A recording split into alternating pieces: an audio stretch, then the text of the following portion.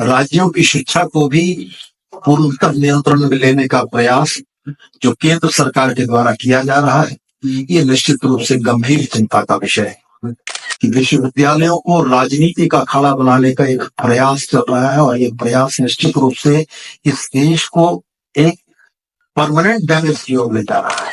आज उन शिक्षण संस्थानों में खुले विचारों से विमर्श की जगह एक तरफ ले जाने की का प्रयास हो रहा है, एक विचारधारा को थोपने का प्रयास हो रहा है। सहकारी संघवाद पर आधारित ढांचे में संवर्ती सूची में रखे गए शिक्षा को संशोधन करके यह राज्य सरकार की शक्तियों को समाप्त करने का एक प्रयास है। जिस परंपरा में गुरुकुल में गुरुदेव शिक्षा देते थे और गुरु दक्षिणा में आपके मन में जो आता था वह देते थे, और आज उसी सनातन परंपरा के इस देश में शिक्षा के व्यवसायीकरण का ये चरम है कि जहां गरीब के बच्चे अच्छी यूनिवर्सिटी में पढ़ने का सपना नहीं देख सकेंगे। यदि हम फेल हो गए, राज्य सरकारें फेल हो गई, या कॉर्पोरेटिव फेडरलिज्म फेल हो गया, या सरकारी संघवाद फेल हो गया। यह आज एक बड़ा प्रिविलेज या सौभाग्य की बात है कि उच्च शिक्षा के क्षेत्र में जो सतत परिवर्तन हो रहे हैं और तदनुसार जो नीति निर्धारण पर परिचर्चा थी, इसके लिए हम आज यहाँ एकत्रित हुए। मैं सबसे पहले विशेष करके डॉक्टर सुधाकर को धन्यवाद करना चाहूंगा। एक्टिव लीड इन्होंने ली। निश्चित रूप से हम लोग इस बात को सोच रहे थे, हमारे भी मन मस्तिष्क में ये चीजें चल रही थी कि यूजीसी के द्वारा परिवर्तित इस एनईपी के नियमों के तहत हम अपने राज्य में शिक्षा के स्तर को किस तरीके से रख पाएंगे। धन्यवाद मैं इसलिए करता हूं कि आपने हम तमाम लोगों को प्लेटफॉर्म दिया, एक जगह दी जहां से हमारी आवाज यूजीसी तक जाएगी, भारत सरकार के संबंधित मंत्रालयों तक जाएगी। झारखंड राज्य का फुटप्रिंट, जैसा हमारे मित्र रोहित जी ने कहा, हम भी एक छोटे स्टेट को रिप्रेजेंट करते हैं, लेकिन सतत शिक्षा के क्षेत्र में बेहतर करने का प्रयास हम लोगों ने किया है। अपने स्थापना काल के 25वें वर्ष में हम लोगों ने ग्रॉस एनरोलमेंट रेशियो में वृद्धि के लिए लगातार प्रयत्न किए हैं। हाँ, ये बात सही है कि जब सदर्न स्टेट से हमारी तुलना हो तो हमें ये लगता है कि हमें भी और बहुत कुछ करने की आवश्यकता है और एक बड़ा लंबा रास्ता तय करना है। लेकिन यह भी तय है कि इस राज्यों के संघ में जो भारतवर्ष है, वहां अपने किसी भी विकसित राज्य को देखकर और कुछ बेहतर करने की प्रेरणा भी मिलती है, जो आज यहाँ आकर मिला भी। हम लोगों ने भी इकोनॉमिकली पुअर मध्यवर्गीय बच्चों के शिक्षण पर खास करके ज्यादा खर्च किया और ज्यादा ध्यान दिया है। हम एक स्टूडेंट क्रेडिट कार्ड गुरु जी के नाम से चलाते हैं। मान की मुद्दा एक स्कॉलरशिप स्कीम है जो 100% गर्ल चाइल्ड के लिए है। सीएम फेलोशिप योजनाएं हैं। हमारे यहाँ लगभग 7 लाख बच्चे प्रतिवर्ष उच्च शिक्षा के लिए आते हैं और हमारा छोटा राज्य 1700 करोड़ रुपए का लगभग बजट आउटले उच्च शिक्षा के मद में करता है। ये यूजीसी के द्वारा जो ड्राफ्ट निर्गत किया गया, ये ड्राफ्ट निश्चित रूप से हम तमाम लोगों के लिए चिंता का एक बड़ा कारण बना हुआ है। Draft UGC minimum qualification for appointment and promotion of teachers and academic staff universities and college and measure for the maintenance of strength in higher education regulation 2025 or grading of higher education institution based on NEP 2020। ये तमाम चीजें इन विषयों पर विशेषज्ञों से लेकर संबंधित राज्य के मंत्रियों के तमाम विचार चले आए। हमारे विचार भी उनसे अलग नहीं। हम भी यही मानते हैं कि जिस तरीके से परोक्ष रूप से राज्यों की शिक्षा को भी पूर्णतः नियंत्रण में लेने का प्रयास जो केंद्र सरकार के द्वारा किया जा रहा है, ये निश्चित रूप से गंभीर चिंता का विषय है। मैं याद दिलाना चाहूंगा कि गुजरात से इस पूरे मसले की शुरुआत हुई थी। गुजरात में कुलपतियों की नियुक्ति में हुई विसंगतियों पर जब एग्रीड पार्ट ने ऑनरेबल सुप्रीम कोर्ट का रुख किया था, उस सुप्रीम कोर्ट ने इस बात के लिए डायरेक्टिव्स दिया था यूजीसी के नॉर्म्स फॉलो किए जाने थे। और उसी के बाद केंद्र सरकार ने यूजीसी के नॉर्म्स को अपने अनुरूप परिवर्तित करने की कोशिश शुरू कर दी, जिसका एक प्रेजेंटेशन हमारे आपके सामने है।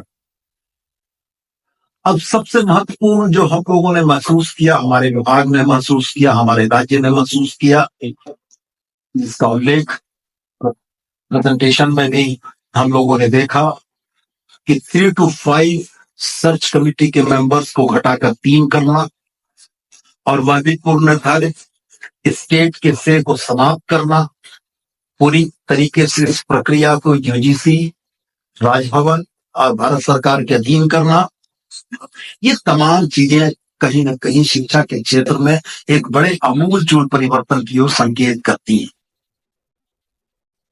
यूजीसी देश के सभी विद्यालयों, विश्वविद्यालयों के सेक्शन 2F के अंतर्गत डिग्री प्रदान करने की शक्ति देती है।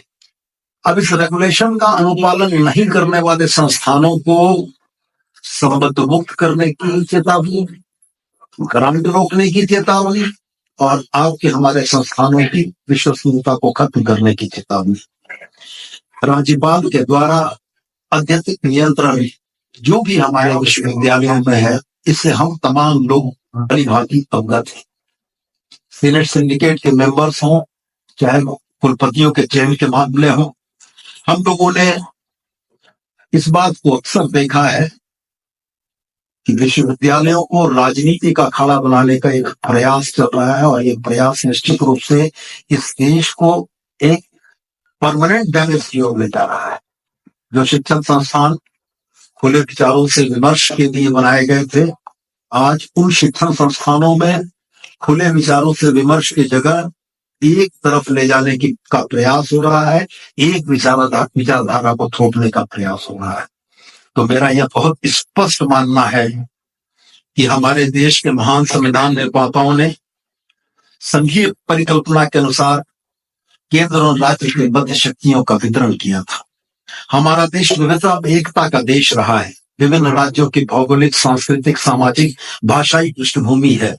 इसके आधार पर उनके कार्यक्षेत्रों का निर्धारण किया गया था। इसके अधीन प्रशासकीय नियंत्रण में प्रतिनिधित्व का दायित्व सुनिश्चित किया गया था। सरकारी संघवाद पर आधारित ढांचे में शिक्षा को संवर्ती सूची में रखा गया था। ये बात सही है कि संवर्ती सूची में रखे गए विषयों पर अंतिम निर्णय भारत सरकार का जरूर हो सकता है, लेकिन यह भी बात उतनी सही है कि संविधान हमें यह अधिकार देता है कि हम अपने राज्य में चल रहे पाठ्यक्रमों से लेकर शिक्षा के स्वरूप को नियंत्रित करने की क्षमता राज्य सरकारें रख सकें। सरकारी संघवाद पर आधारित ढांचे में संवर्ती सूची में रखे गए शिक्षा को संशोधन करके यह राज्य सरकार की शक्तियों को समाप्त करने का एक प्रयास है। आज तक भारतवर्ष में जितने भी संस्थान हैं, निजी विश्वविद्यालयों का नाम नहीं आता है। नाम जब भी आता है तो आईआईटी का आता है, आईएम का आता है, किसी निजी विश्वविद्यालय का नाम नहीं आता है। और ये आईआईटी, आईएम सरकार की अनुदान की नीतियों के चलते फले फूले हैं। आज परिस्थितियां ये है कि भारत सरकार ने HEFA के नाम की एक संस्था को बनाया है जो केनरा बैंक और गवर्नमेंट ऑफ इंडिया के कोलैबोरेशन में है, और अब शिक्षा के क्षेत्र में अनुदान की पद्धति को खत्म करते हुए कम ब्याज दर पर ऋण की पद्धति शुरू करने का प्रयास है। तो शिक्षा के व्यवसायीकरण की ओर बढ़ते इन प्रयासों को निश्चित रूप से हमें और आपको मिलकर रोकने की कोशिश करनी होगी। हम उस सनातन परंपरा से आते हैं जिस परंपरा में गुरुकुल में गुरुदेव शिक्षा देते थे और गुरु दक्षिणा में आपके मन में जो आता था वह देते थे। और आज उसी सनातन परंपरा के इस देश में शिक्षा के व्यवसायीकरण का ये चरम है कि जहां गरीब के बच्चे अच्छी यूनिवर्सिटी में पढ़ने का सपना नहीं देख सकेंगे, यदि हम फेल हो गए, राज्य सरकारें फेल हो गई, यह कोऑपरेटिव फेडरलिज्म फेल हो गया, यह सरकारी संघवाद फेल हो गया। कुलपति की योग्यता के लिए जो प्रावधान नए लाए गए हैं वो तो इतने हास्यास्पद हैं जिनके बारे में चर्चा करना भी आश्चर्यजनक है। शिक्षा के क्षेत्र में, शिक्षा के खास संस्थानों में वैसे व्यक्तियों की नियुक्ति का प्रस्ताव है जिनका इंडस्ट्रियल एक्सपोजर है। जिस आदमी ने इंडस्ट्री में अपने 10 साल दिए हैं, वो आपके वीसी के तौर पर बैठ के आपके बच्चों के शिक्षा की चीजों को तय करेंगे। ये तमाम चीजें बायोलेटरल एंट्री का रास्ता खोलने का प्रयास है कि विचारधारा को थोपने के लिए वैसे लोग जिनका भले 10 साल का प्रोफेसरशिप का अनुभव नहीं हो, जिनका भले शिक्षा के क्षेत्र में कोई शोध ना हो, कोई अध्ययन ना हो, वैसे लोगों को भी कुलपति बनाने का प्रावधान किया गया है। गोल, जहां 27 वर्षों के सफर में 17,000 से भी अधिक छात्रों ने डॉक्टर एवं इंजीनियर बनकर भरे सफलता की ऊंची उड़ान, जहां साधारण छात्र भी झारखंड टॉपर्स बनकर बना रहे इतिहास। दूरदर्शी शिक्षाविद श्री विपिन सिंह के मार्गदर्शन में मेडिकल एवं इंजीनियरिंग के लाखों छात्रों के लिए आशा की किरण के रूप में गोल, nation's leading institute. TheFollowUp.in. Like, share, and subscribe. www.thefollowup.in